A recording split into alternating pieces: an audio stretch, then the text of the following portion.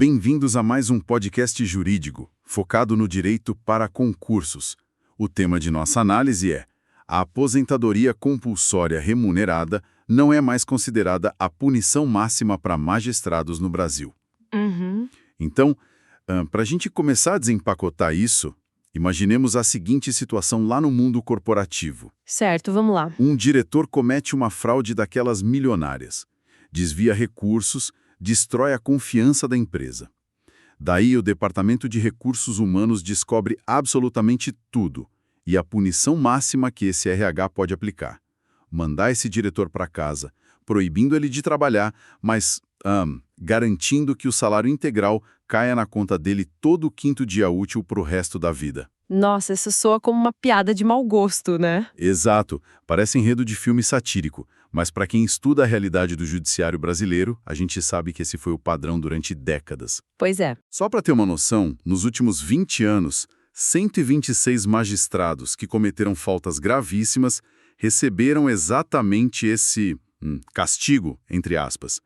Então, o nosso objetivo neste estudo é destrinchar como o STF finalmente desarmou essa bomba lógica. E, mais importante, como as bancas vão cobrar essa virada nas provas. E essa imagem do RH dando umas férias vitalícias remuneradas capta perfeitamente a perplexidade que isso gera, tanto na sociedade civil quanto na comunidade jurídica.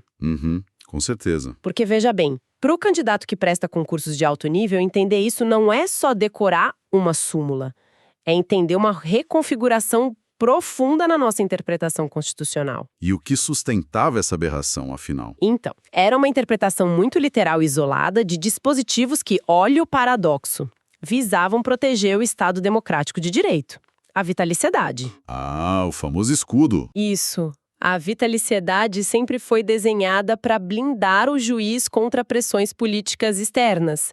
A ideia é garantir a independência dele. Certo, o que é fundamental, né? Exatamente. Só que, com o passar do tempo, a estrutura punitiva do CNJ acabou esbarrando nesse escudo protetor.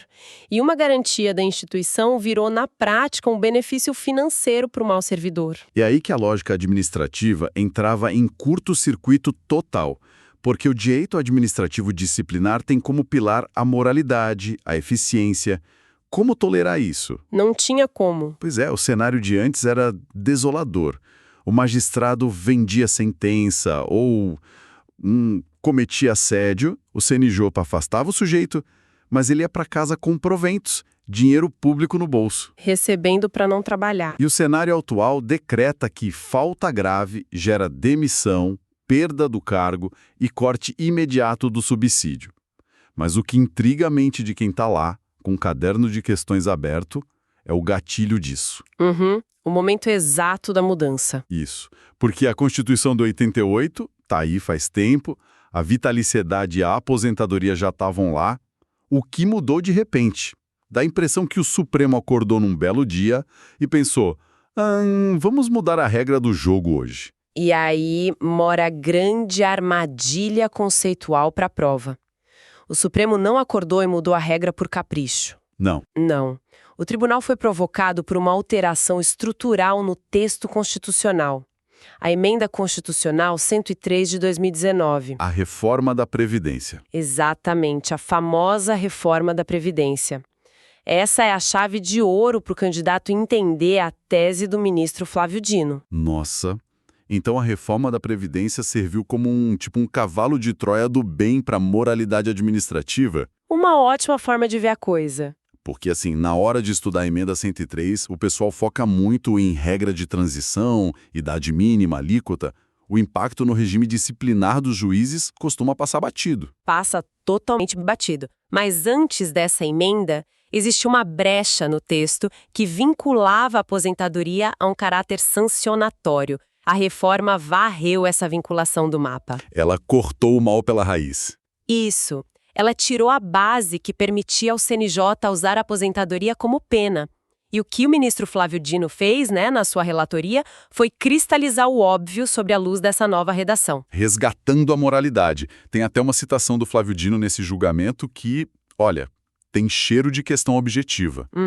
Ele diz com todas as letras: a aposentadoria é um direito social, não um castigo para magistrados infratores. Essa frase é perfeita. E logo em seguida ele arremata dizendo que infrações gravíssimas devem levar à perda do cargo, não à concessão de proventos. Precisamente, e essa posição traz uma densidade dogmática gigantesca. O STF construiu uma verdadeira muralha ali, separando dois ramos do direito que estavam misturados indevidamente. Direito previdenciário e o disciplinar. Exato.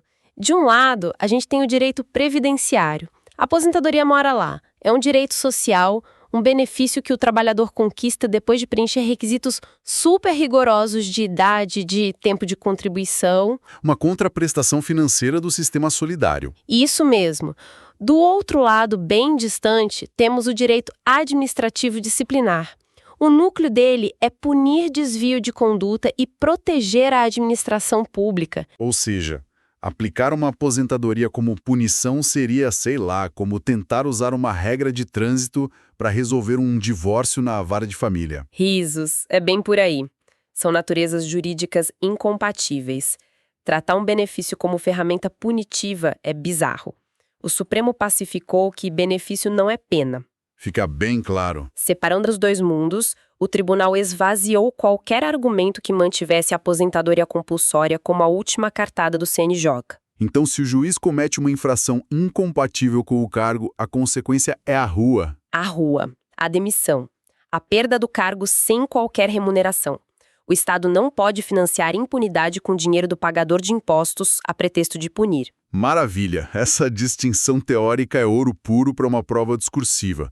Mas, vamos trazer isso para as trincheiras? Para a mecânica do processo em si? Vamos lá. Porque entender a teoria do Supremo é uma coisa, mas entender como o Estado brasileiro operacionaliza a demissão de um juiz vitalício sem rasgar a Constituição, bom, aí é onde as bancas separam os candidatos preparados dos aventureiros. Com certeza. O rito procedimental é o terreno fértil das pegadinhas. Então, a atenção máxima aqui da nossa audiência. A nova regra estabelece um rito processual bem rígido. São 3 passos.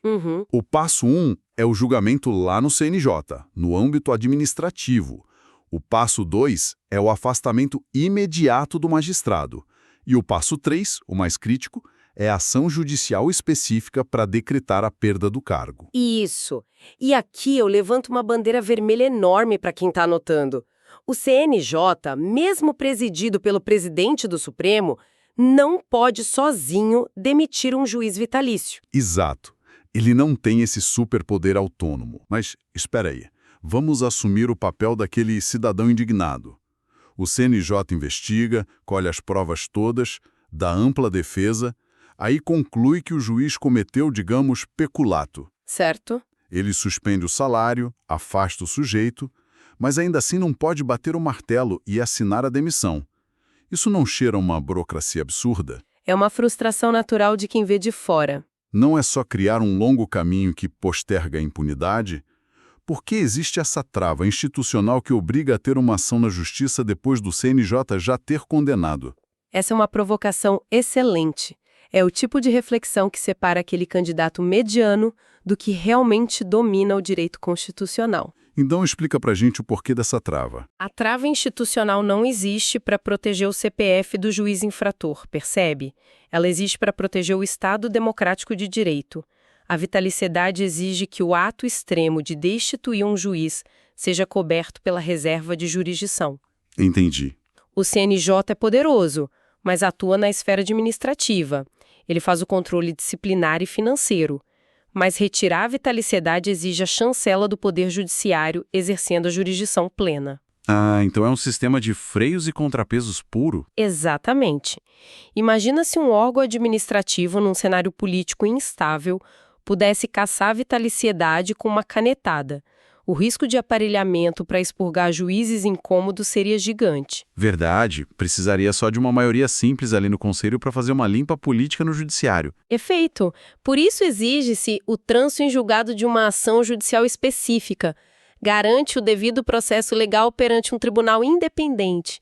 Mas olhe que interessante, o sistema atual é muito mais moral que o antigo. Como assim? Porque o fato do CNJ não poder demitir direto não significa que o juiz vai para casa recebendo. Esse é o ponto de virada. Ah, o passo 2 do rito. Isso. Quando o CNJ constata a infração, ele aplica medidas cautelares devastadoras. Ele afasta o juiz imediatamente e corta o pagamento. A torneira do dinheiro público fecha na mesma hora. Na mesma hora, o sujeito fica afastado e sem receber um centavo, enquanto aguarda a ação judicial do passo 3. Isso é vital para a gente entender. Totalmente, a ação judicial não vai decidir se ele recebe salário ou não. Ela serve só para efetivar a quebra do vínculo funcional. A sangria nos cofres públicos já foi estancada lá atrás pelo CNJ.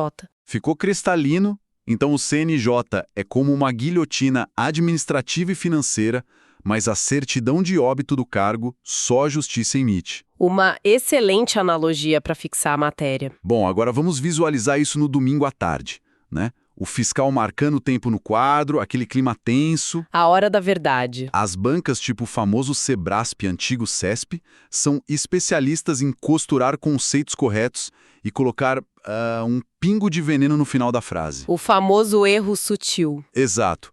Esse cruzamento de responsabilidade disciplinar, garantias da magistratura e competências do CNJ é o terreno perfeito para induzir o concursando ao erro. Vamos simular aqui. Vamos lá, manda a questão. Imaginemos o seguinte item de prova para julgar certo ou errado. Abre aspas.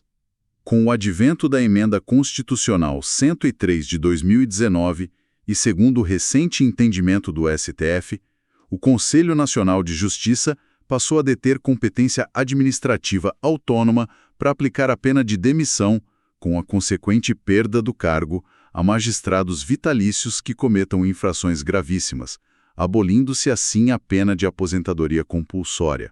Fecha aspas.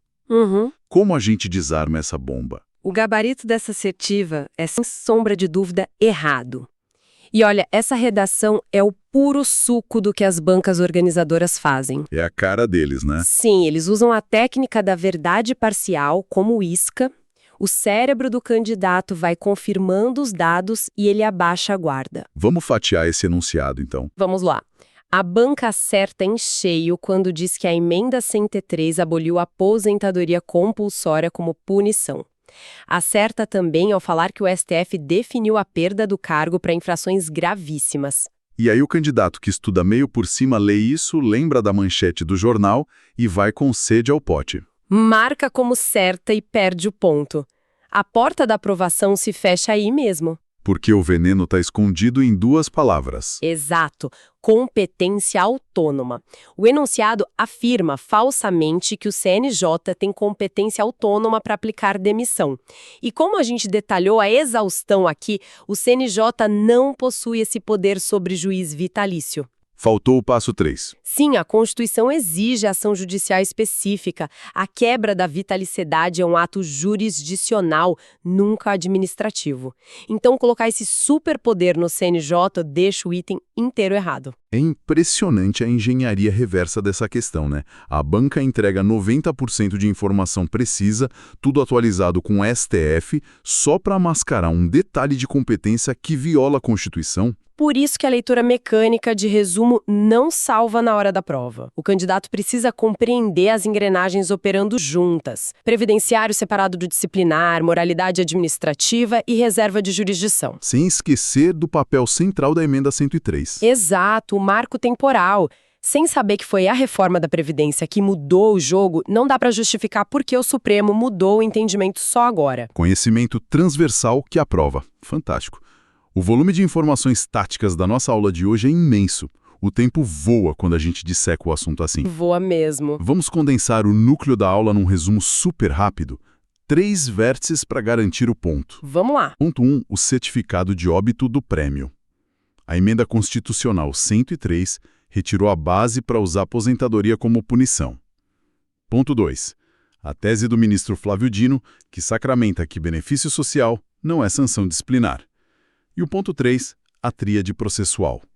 O CNJ investiga e corta o salário, mas a demissão final depende de ação judicial com trânsito em julgado. Uma síntese escorreita. Mas para quem quer dominar o tema, só ficar aqui não basta. A gente recomenda muito que busquem ler a íntegra das decisões do STF sobre isso e, claro, todo o conteúdo aprofundado dos impactos da reforma da Previdência. É isso aí. E continuem acompanhando nossos estudos, porque pegar a complexidade dos tribunais e transformar em gabarito é a melhor ferramenta de preparação. Sem dúvida. Mas, antes da gente encerrar essa análise, eu quero propor uma inversão de perspectiva. Opa, lá vem. Porque a gente bateu na tecla da maravilha teórica que foi essa decisão. O resgate da moralidade, o fim daquele salário caindo na conta do corrupto, em tese, lindo. Na teoria, o sistema beira a perfeição. Mas o direito no mundo real, ali nas varas e nos tribunais, tem um ritmo um pouco diferente, né? Há a fricção inevitável entre a norma abstrata e a realidade burocrática. Exato. Fica uma provocação profunda para a nossa audiência, pensando naqueles dados frios do começo. 126 magistrados punidos em 20 anos.